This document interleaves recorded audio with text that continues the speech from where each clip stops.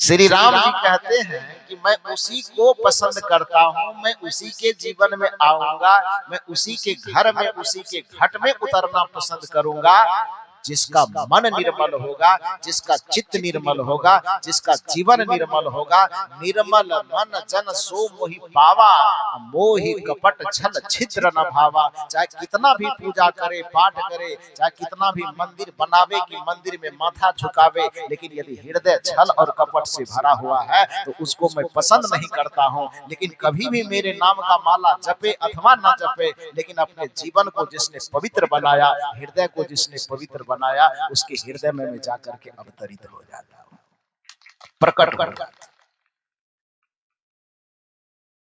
यही बात सदगुरु कबीर साहब आपको सिखाना चाहते हैं। सत्संग करते हैं, बस इतना सा मंत्र जान लीजिए कि सत्संग करने का आखिरी उद्देश्य है चित्त को पवित्र कर लेना, हृदय को पवित्र कर लेना। किस मत से जुड़े हुए हैं आपकी कोई बहुत ज्यादा मायने नहीं रखता है, किस पंथ से जुड़े हुए हैं आपकी बहुत ज्यादा मायने नहीं रखता है, किस गुरु से आपने दीक्षा लिया यह भी बहुत ज्यादा मायने नहीं रखता। कौन सा मंत्र जपते हैं, कौन सा नाम जपते हैं, कितना माला फेरते हैं, ये बहुत ज्यादा मायने नहीं रखता। मैंने यह बात रखता है कि आप अपने जीवन से जो कलमश है, जो विकार है, उसको कितना दूर बहा रहे हैं, कितना हटा रहे हैं। मनोविकार को आप कितना कम कर रहे हैं। मनोविकार कम हो रहा है तो पूजा करते हैं न करते हैं कोई मायने नहीं। मनोविकार नहीं हट रहा है, खूब पूजा कर रहे हैं, खूब पाठ कर रहे हैं, अहंकार घट ही नहीं रहा है, विकार घट ही नहीं रहा है, ईर्ष्या घट ही नहीं रही है, द्वेष घट ही नहीं रहा है, दूसरे के प्रति जलन की भावना घट ही नहीं रही है, दूसरे को अपमानित करने की भावना घट ही नहीं रही है। फिर पूजा वो क्या काम देगा, फिर वह पाठ क्या काम देगा?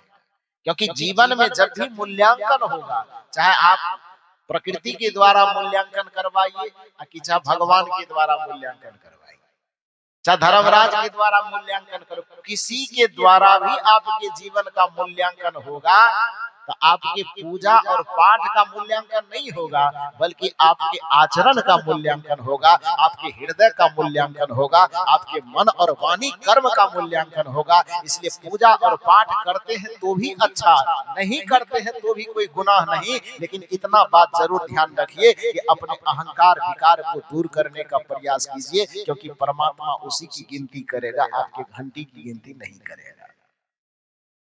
यदि जीवन में पूजा पाठ तपस्या बहुत ज्यादा मायने रखता है तो एक बात मैं आपसे सवाल पूछना चाहता हूं, रावण पूजा करता था कि नहीं करता था? करते थे ना? आपसे कम की ज्यादा? बहुत समझदार है आप। बहुत से जहर बहुत ज्यादा पूजा करेंगे आप तो सोमवार में एक बार जाकर के बेलपत्तर चढ़ा देंगे। बहुत से बहुत ज्यादा पूजा करेंगे आप तो सावन महीने में प्रत्येक दिन जाकर के जल चढ़ा।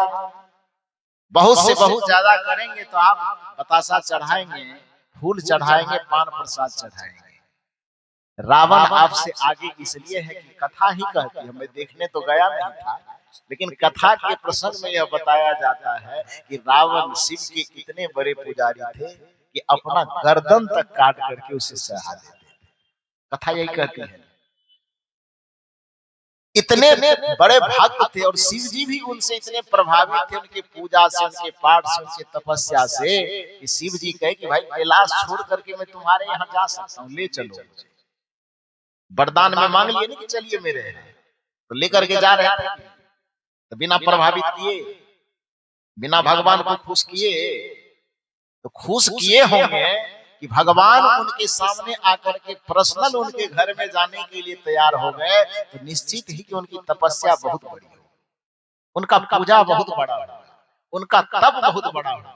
लेकिन पूजा पाठ तप व्रत में श्रेष्ठ होने के बावजूद भी उनका कौन सा चीज बिगड़ गया जो फिर उसके पूरे खानदान को नष्ट करने की जरूरत पड़ गई? क्या बिगड़ा उसका?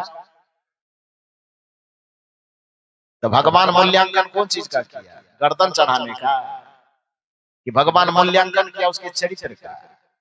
भगवान मूल्यांकन कौन चीज का किया? उसका बेलपत्तर चढ़ाने का? कि भगवान मूल्यांकन किया उसके कर्म का, उसके आचरण का, उसके स्वभाव का, उसके हृदय की भावना का। आप मंदिर में यदि पूजा करना ही बहुत बड़ी बात होगी, कबीर साहब इसीलिए कहते हैं कि पूजा करते करते तो पूजा तो करते हो लेकिन चरित्र को नहीं सुधारते हो। सामने भी मैंने आपसे निवेदन किया था कि कबीर साहब जो खंडन करते हैं, आलोचना करते हैं, वो निंदा के कारण नहीं करते, वो आपको जलील करने के लिए नहीं करते हैं, या पूजा करने वाले को नीचा दिखाने के लिए वो नहीं कहते हैं, बल्कि कबीर साहब की पीड़ा है हृदय की, इसकी उसकी पीड़ा की झलक उनके वचनों में, उनके साक्ष्यों में मिलता है ना, कि सुखिया सब संसार है, खावे और सोई, दुखिया दास कबीर है, जागे और